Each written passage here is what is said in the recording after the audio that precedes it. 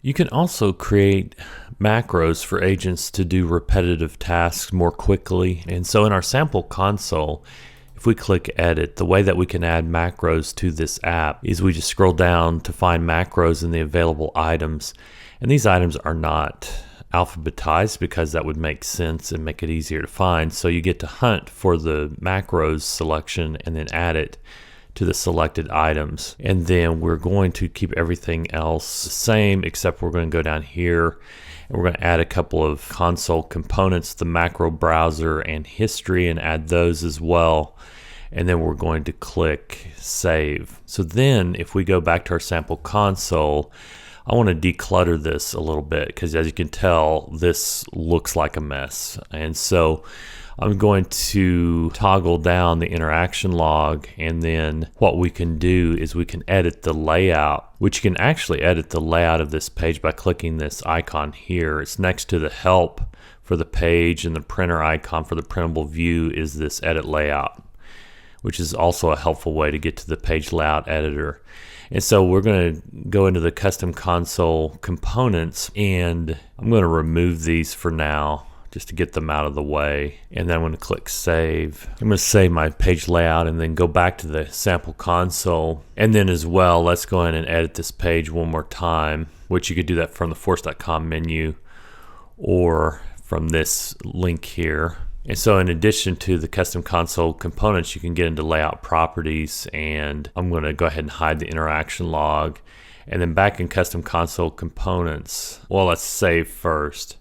And then let's go back into custom console components. We've got one more custom component to hide. Editing the layout, custom console components, and scrolling down further, we've got this, actually it's gone. We just need to let me cancel out of that. We just need to go back to the console and reopen the record for it to refresh. That's kind of a pain, but it is what it is. So let me close this out. Let me open up a new case. And so now we got all that clutter out of the way. And you notice here, I've got a couple of things added here, macros and history. I selected those previously when I edited the app.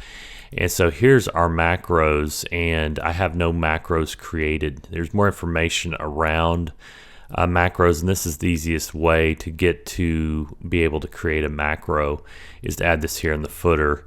As well, just real quick, let's look at the history. You can see the history of the different cases I've worked with, and this is helpful. If someone closes a tab, they're going to see real quickly which case they were working in and go back to it by clicking on it in the history.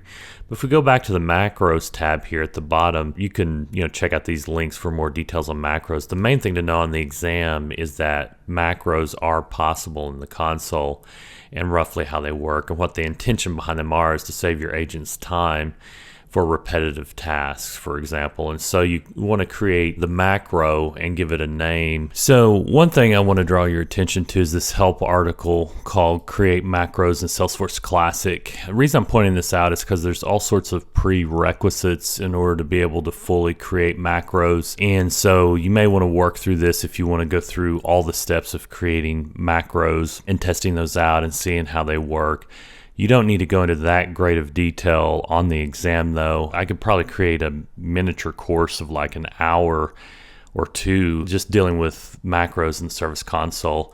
So I don't want to go too deep in the weeds on this, but a few things I want to show you is one, this help article in the resources section of this lecture, and then as well, macros are a standard object in Salesforce. So I'm in Classic, I'm in the Profiles link, and I'm on the System Administrator profile. Okay, so the profile overview for System Administrator, if you go to Object Settings, this is how you get here. And the macros object, and one of the many prerequisites in order to get these to work is that you need to be able to create and modify macros. And so I'm going to click on this and do a few things real quick. In that, if I click Edit, I'm going to change the tab settings on macros to default on, and then click save. And so now if I go to, for instance, a different app in order to get my plus sign here, I can get to the macros tab, and so I can create a new macro this way as well. Now, one thing that's an issue is when I get to this macro instructions and add instruction, there's nothing enabled here. And so that's why I'm pointing back to this particular help article, is that all these different prerequisites that you need to do. And so if you want to go through, a helpful practice activity for you would be to go through this help and see if you can get macros actually working and trying it out, get it added to the console to where you could perform those actions. And there's some examples in the help, but as you can see, there's several different links here, tips for creating macros, and then as well information on running a macro and how to do that, how to manage macros. There's information on irreversible macros, bulk macros, and probably the best thing to look at would be examples of macros. And so I'll link up to this one as well in the lecture, and I'll leave it to you to go as far as you would like and as your interest persists in exploring macros. But I'm going to move on to the next lecture now, and that is further customizing the Service Console with the Integration Toolkit.